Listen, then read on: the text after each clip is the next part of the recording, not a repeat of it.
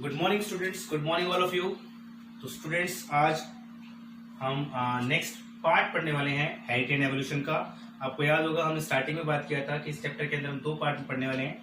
First part जो है इसका हेरिडिटी है, जिसके अंदर हम पढ़ेंगे सारे मेंडल्स के लॉ पढ़ेंगे इसके अंदर, और दूसरा पार्ट जो है इसके अंदर हम क्या पढ़ने वाले थे, एवोल्यूशन के बारे में। ठीक है, तो आज हम स्टार्ट करने वाले हैं हमारा new topic, that is evolution. तो एवोल्यूशन स्टूडेंट्स क्या होता है? एवोल्यूशन को कई मायनों में अलग अलग तरीकों से समझा जा सकता है कि क्या होता है evolution. According to the biology अगर हम बात करें तो बायोलॉजी के अकॉर्डिंग क्या होती है, डिफरेंट डेफिनेशन मिल सकती है आपको बुक के अकॉर्डिंग। होता है क्या? इट इज द अनरोलिंग और unfolding of the nature's that brings about an orderly change from the one form और the conditions to the another. ये वो चेंजेस हैं जिसके दौरान क्या होता है, एक फॉर्म से अनदर फॉर्म या एक कंडीशन से दूसरी कंडीशंस के अंदर क्या होता है, चेंजेस कॉज होते हैं, एंड उनका रिजल्ट ये होता है resulting in the descendant becoming different from the ancestors. और इससे होता है कि अगर हम लिविंग ऑर्गेनिजम्स की बात करें तो वो क्या होते हैं, अपने एंसेस्टर से क्या होते हैं, अलग हो जाते हैं। ठीक है, जैसे उनकी फॉर्म, साइज, स्ट्रक्चर जो भी है उनसे थोड़े से क्या होते हैं, डिफरेंट होते जाते हैं। तो इसको तो ये तो हमारे पास क्या होगा, इस वे में समझ सकते हैं। तो एवोल्यूशन का मीनिंग अगर और तरीके से समझा जाए तो स्टूडेंट्स, एवोल्यूशन बहुत सारी चीजों में चलता रहता है और कंटिन्यूस अभी भी अगर बात करें, साइंस की बात करें, बायोलॉजी की बात करें, तो एवोल्यूशन जो चलता हुआ आ रहा है और आगे भी चलता रहेगा, क्योंकि आपको पता है चेंजेस जो है वो होते रहते हैं नेचर्स के अंदर, और उनके अकॉर्डिंग क्या होते हैं, उनके इफेक्ट्स जो होते हैं लिविंग ऑर्गेनिजम्स के ऊपर क्या होते हैं, पड़ते रहते हैं, उनके इफेक्ट्स होते रहते हैं उनके ऊपर, जिसकी वजह से क्या होता है, धीरे धीरे ग्रेजुअली क्या होता है, उनके अंदर चेंजेस आता जाता है। और ये चेंजेस जो होते हैं एक्युमुलेशंस होती रहती है इनकी, और धीरे धीरे क्या होते हैं, वो अपने एंसेस्टर से क्या होते हैं, अलग हो जाते हैं। तो ये सब क्या है, ये सब एवोल्यूशन ही है। ठीक है, जैसे हमारा क्या है, मंकीज या चिंपैंजीज जो थे उनसे क्या हो गए, ह्यूमन बींग्स बन गए। ठीक है, चिंपैंजीज और ओरांगुटान्स जो ह्यूमन बींग्स बन रहे हैं, ये एवोल्यूशन ही है। ठीक है, रेप्टाइल से जो बर्ड्स बने थे वो भी क्या है, एक टाइप का एवोल्यूशन ही है। ठीक है, और बहुत सारी टेक्नोलॉजी के अंदर सुना होगा आपने, एवोल्यूशन आते रहते हैं। जैसे आप देखते हो आजकल आपके मोबाइल्स हैं, नए नए फीचर्स उसके अंदर ऐड होते रहते हैं। ठीक है, लैपटॉप्स न्यू उनके फीचर्स ऐड होते रहते हैं, उनके अंदर भी ये टाइप का एवोल्यूशन आता रहता है एक तरीके से बात करें तो। ठीक है, तो ऐसे बहुत सारी चीजें हैं जिनके अंदर चेंजेस आते रहते हैं। इसको हम एक एवोल्यूशन का टर्म जो है वो यूज कर लेते हैं इनके लिए। ठीक है, तो अब एवोल्यूशन की अगर बात करें स्टूडेंट्स, तो हमारे दिमाग में एक चीज आती है, और हमारे दिमाग में क्या, हर किसी के दिमाग में एक चीज पहले टाइम से आती रही है, अभी भी आ रही है और आती भी रहेगी। और वो क्वेश्चन एक होता है दिमाग में कि हम कहाँ से आए। ठीक है, ह्यूमन बींग्स जो हैं वो कहाँ से आए, या लिविंग ऑर्गेनिज्म जो है कहाँ से बने, और फर्स्ट लिविंग सेल कहाँ से कैसे बना अर्थ के ऊपर। ठीक है, अर्थ कहाँ से आई, सोलर सिस्टम कैसे बना, गैलेक्सी कैसे बनी, ये पूरा होल यूनिवर्स कैसे बना, भगवान है या नहीं। ठीक है, ये सारे क्वेश्चन जो है सबके दिमाग में चलते रहते हैं। तो इसका अगर हम साइंस के अकॉर्डिंग इसका आंसर ढूंढने जाए, इसका आंसर तो हमें क्या है, मिल सकता है इसका आंसर। तो बहुत सारी एवोल्यूशन को लेके बहुत सारी थ्योरीज रखी गई हैं। ठीक है, और बहुत पहले से इसकी जो है, इसके बारे में एवोल्यूशन को लेके बहुत सारी थ्योरीज जो है चली आ रही हैं। तो उनमें से अगर मैं बात करूं तो बहुत सारी, जैसे अगर मैं बात करूं थ्योरीज को लेके, तो जैसे कुछ फेमस थ्योरीज की अगर मैं बात करूं तो उसमें एक हमारे पास हो गई स्पेशल क्रिएशन थ्योरी। ठीक है, स्पेशल क्रिएशन थ्योरी जो थी, इसके अकॉर्डिंग क्या बोला गया, इसके अकॉर्डिंग बोला गया, एक जिक्र किया गया किसका, भगवान का, गॉड का, ईश्वर का, अल्लाह का। ठीक है, सबका जो भी है इनका जिक्र किया गया। बोला कि जो गॉड है, ये सारी जो पूरी अर्थ है, या पूरा सिस्टम है, या पूरा यूनिवर्स है, सारा ब्रह्मांड जो है किसने बनाया है, भगवान ने बनाया। ठीक है, ईश्वर ने बनाया या फिर गॉड ने बनाया। तो अब ये बनाया है, इसको लेके बहुत सारे व्यूज हैं, और देखो जब से कितने पुराने टाइम से व्यू चला हुआ आ रहा है, आज भी इसके ऊपर डिबेट होती रहती है। ठीक है, इसके ऊपर आज भी डिबेट होती रहती है बहुत बार। लेकिन साइंस की अगर हम बात करें, हम साइंस के व्यू से अगर हम सोचे तो हमें दिमाग में क्वेश्चन आता है कि साइंस जो होती है वो किस पे बिलीव करती है, एविडेंसेस के ऊपर। और इसके एविडेंसेस की अगर मैं बात करूं तो हमारे पास जनरली अगर उसके थ्योरीज के बाद के एविडेंसेस मांगे गए, ठीक है, तो उन एविडेंसेस को लेके बोला गया भी आप अगर भगवान एग्जिस्ट करते हैं, गॉड एग्जिस्ट करते हैं, तो उनको आप शो करें। ठीक है, दिखाएं हमें। ठीक है, तो ताकि हम क्या कर सके, बिलीव कर सके इन चीजों के ऊपर। लेकिन अगर वही बात है कि इसको क्या है, कोई भी इसको प्रूव नहीं कर पाया, जिसकी वजह से इस थ्योरी को क्या कर दिया, डिस्कार्ड कर दिया। ठीक है, इसी के अलावा और भी थ्योरीज थी। ठीक है, कुछ जैसे एक थ्योरी थी इंटरप्लेनेटरी थ्योरी।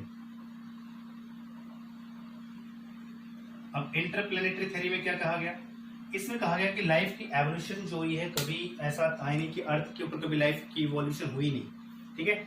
जो लाइफ जो अर्थ पर आई है वो कहाँ से आई है, उनका ये मानना था कि किसी दूसरे प्लेनेट से, कि अर्थ के ऊपर क्या आई थी, लाइफ अराइज हुई थी, लाइफ आई थी, और उसके बाद से क्या हो गया, लाइफ फ्लरिश होती चली गई, और उसका नतीजा मिल रहा है कि आज जो है वर्ल्ड की पॉपुलेशन वो सब उसी का नतीजा है, ठीक है।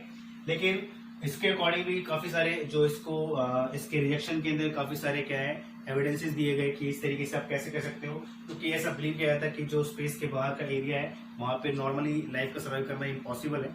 और एक चीज और बोली गई इसको लेके कि भाई अगर दूसरी की मान लीजिए अब ये भी मान लेते हैं कि दूसरे प्लेनेट से लाइफ आई भी है, तो उसके अंदर भी लाइफ की ओरिजिन कैसे हुई, क्वेश्चन तो ये है, ठीक है। तो इसको आप प्रूव करें, तो उसके अकॉर्डिंग क्या गया, फिर ये सारे क्वेश्चंस के आंसर नहीं दिए गए, उसके अकॉर्डिंग क्या कर दिया, थ्योरी को भी डिस्कार्ड कर दिया गया, ठीक है। ऐसे बहुत सारी थ्योरी थी।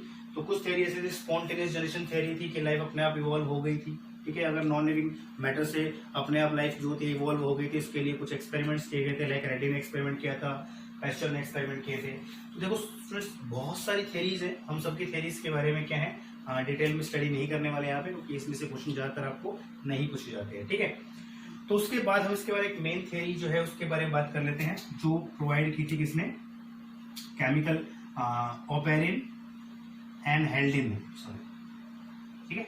ओपेरिन एंड हेल्डिन जो थे ये क्या थे, एक बायोकेमिस्ट, एक बायोलॉजिस्ट था, ठीक है, जिन्होंने क्या किया था, स्टडी की काफी इसके बारे में, और इसने क्या किया, एक theory the chemical evolution theory, ठीक है, केमिकल एवोल्यूशन थ्योरी।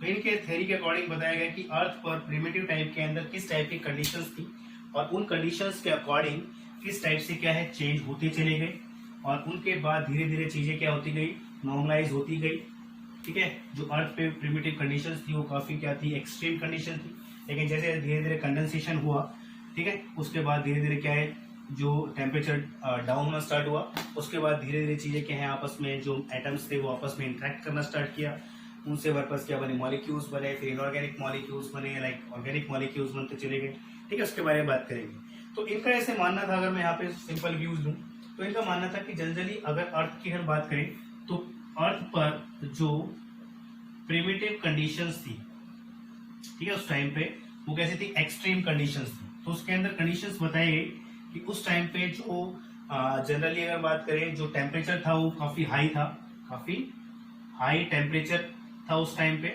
और कंडीशन कैसी थी, एक्सट्रीम टाइप की थी, एक्सट्रीम कंडीशंस थी, ठीक है। और उस कंडीशन के अंदर कुछ भी बन पाना कहता है इम्पॉसिबल टाइप का था।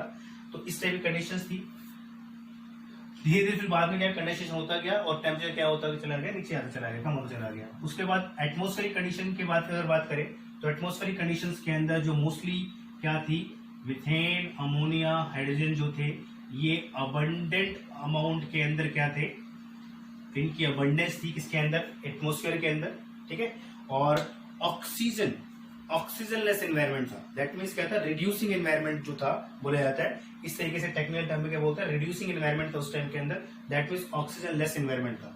और इसकी वजह से ये भी एक तरीके से एक हेल्प की इस फैक्टर ने, ताकि क्या है लाइफ इवॉल्व हो सके, ठीक है।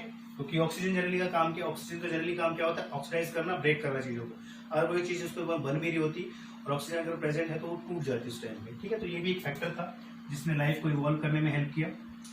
तीसरा अगर बात करें तो लाइटनिंग एंड थंडरिंग, ये इवेंट क्या थे, नॉर्मल इवेंट थे उस टाइम के अंदर, ठीक है। बहुत बोलते हैं बहुत जबरदस्त तरीके से क्या होती थी, लाइटनिंग होती रहती थी, थंडरिंग होती रहती थी, जो बहुत स्पार्क जो था वो क्या होता था, जनरेट होता था उस टाइम के अंदर, ठीक है। और उसके बाद अगर हम बात करें यहाँ पे तो कंडीशंस के अकॉर्डिंग वहां पे वोल्केनो इरप्शंस क्या थे, ये भी क्या थे, नॉर्मल थे, ठीक है। वोल्केनो इरप्शंस जो था ये भी क्या था, नॉर्मल था उस टाइम के अंदर, ये भी होता रहता उस टाइम पे। एक्सट्रीम कंडीशंस थी, और जो रेनफॉल उस टाइम पे होती थी वो भी कैसी थी, काफी सालों तक होती रहती थी, और हॉट रेनफॉल होती थी उस टाइम पे, ठीक है। तो इन्होंने बोला ये सारी कंडीशंस के अकॉर्डिंग धीरे धीरे जब क्या हुआ, अगर हम बात करें अर्थ की, तो अर्थ तो ये धीरे धीरे कंडीशंस क्या हुई, धीरे धीरे कंडेंसेशन होना स्टार्ट हुआ, टेम्परेचर जो होता कम होना स्टार्ट हुआ, और उनके अकॉर्डिंग क्या है कि चीजें ने आपस में इंट्रैक्शन करना स्टार्ट किया एटम्स ने, मॉलिक्यूल्स ने, और धीरे धीरे चीज क्या होती गई, आपस में कोलैबोरेट होती चली गई और एग्रीगेट होके एक न्यू मॉलिक्यूल्स क्या होगी, बनाते चली गई। तो इससे पहले स्टूडेंट्स एक चीज और बता दूंगा आपको एक चीज और याद रखनी है। इससे पहले अगर मैं बात करूं तो एक थ्योरी है बिग बैंग थ्योरी, ठीक है। ये क्या है, मोस्ट वाइडली एक्सेप्टेड थ्योरी है ये भी। इससे पहले बहुत सारी थ्योरीज दी गई थी जिसके बारे में कोई ना कोई डिस्कार्ड कर दिया गया उसको किसी न किसी तरीके से लेके। लेकिन बिग बैंग की थ्योरी की अगर बात करें तो स्टूडेंट्स, बिग बैंग थ्योरी क्या थी, इसके अंदर बताया गया कि भाई एक एक्सप्लोजन हुआ, ठीक है, भाई यूनिवर्स कैसे बने और ये अर्थ कैसे बनी। तो उस टाइम क्या था, एक एक्सप्लोजन हुआ, बहुत बड़ा एक्सप्लोजन हुआ, जिसके अकॉर्डिंग क्या हाई लार्ज अमाउंट्स में क्या एनर्जी लिबरेट हुई और वो दूर स्प्रेड होती चली गई। इसकी वजह से धीरे सारे क्या है, गैलेक्सीज बनी, बहुत सारी जितनी भी गैलेक्सीज आपको मिलती हैं देखने को, और यूनिवर्स बने, ठीक है। और उस यूनिवर्स के अंदर क्या है, बहुत सारी गैलेक्सीज थी। गैलेक्सीज के अंदर क्या थे, उसमें हमें एक गैलेक्सी क्या थी, हमारी गैलेक्सी थी, और उसके अंदर हमारे क्या था, एक सोलर सिस्टम था हमारा, और उस सोलर सिस्टम के अंदर क्या था, अर्थ था। और ये अप्रोक्सीमेटली जो बिग बैंग हुआ था, अप्रोक्सीमेटली क्या था, 20 बिलियन ईयर्स पहले हुआ, ठीक है। 20 बिलियन ईयर पहले क्या था, ये इवेंट अकर हुआ था। और जो अर्थ की ओरिजिन मानी जाती है वो अप्रोक्सीमेटली कितनी, 14 बिलियन, ठीक है, 4.5 बिलियन ईयर्स को ये मानी जाती है, अर्थ की एज मानी जाती है, ठीक है। और इसी के 500 मिलियन ईयर्स के बाद, इसके बाद क्या हुई थी, फर्स्ट लाइफ जो क्या हुई थी, इवॉल्व हुई थी, ठीक है। ये क्या थी, फर्स्ट लाइफ इवॉल्व हुई थी इसके 500 मिलियन ईयर्स के बाद। अर्थ बनने के 500 मिलियन ईयर्स के बाद क्या थी, लाइफ की पोजीशन हुई थी किस पे, अर्थ पे। अब बात कर लेते हैं उन कंडीशंस की, ठीक है। तो उस कंडीशंस के दौरान क्या हुआ स्टूडेंट्स, तो अगर बात करें तो इन्होंने केमिकल एवोल्यूशंस के दौरान बताया कि किस तरीके से जो एटम्स थे, ठीक है, उन्होंने आपस में क्या किया, रिएक्ट करना स्टार्ट किया, और धीरे धीरे देखो कंडेंसेशन चल रहा है चीजों का, और वो सारी कंडीशन अर्थ के ऊपर प्रेजेंट है जिस टाइप की कंडीशन अभी बताई गई थी। और इन कंडीशंस के अंदर क्या है, धीरे धीरे एटम्स जो थे आपस में बाइंड किए, इन्होंने क्या बनाना स्टार्ट किया, इनऑर्गेनिक मॉलिक्यूल्स जो थे वो बनाने स्टार्ट किए।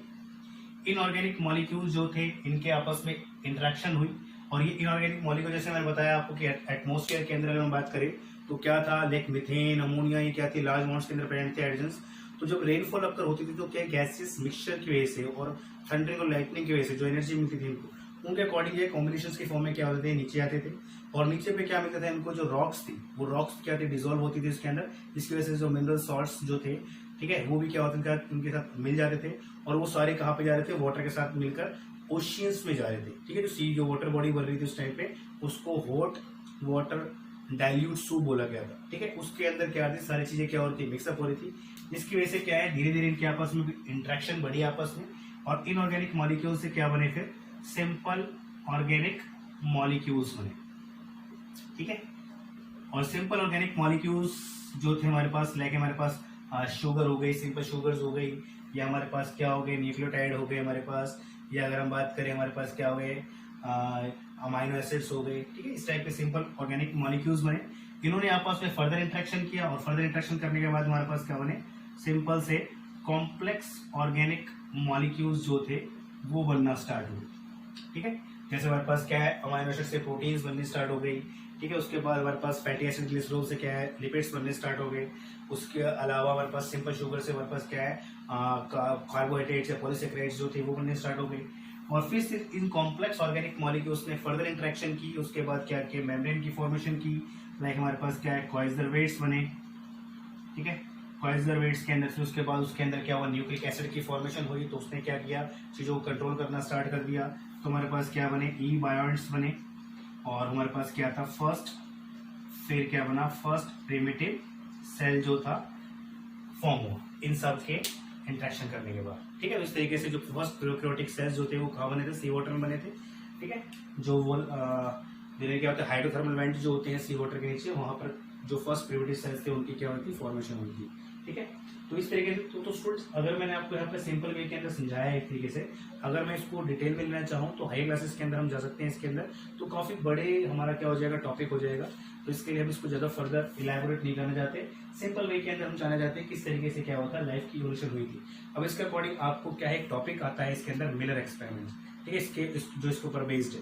तो इस मिलर एक्सपेरिमेंट को करेंगे हम नेक्स्ट वीडियो के अंदर डिस्कस करेंगे, तो उसके अंदर आपको चीजें क्या है और अच्छे से क्या होगी, क्लियर हो जाएगी। ठीक है स्टूडेंट्स, तो आज के स्टूडेंट्स इतना ही। Thank you so much.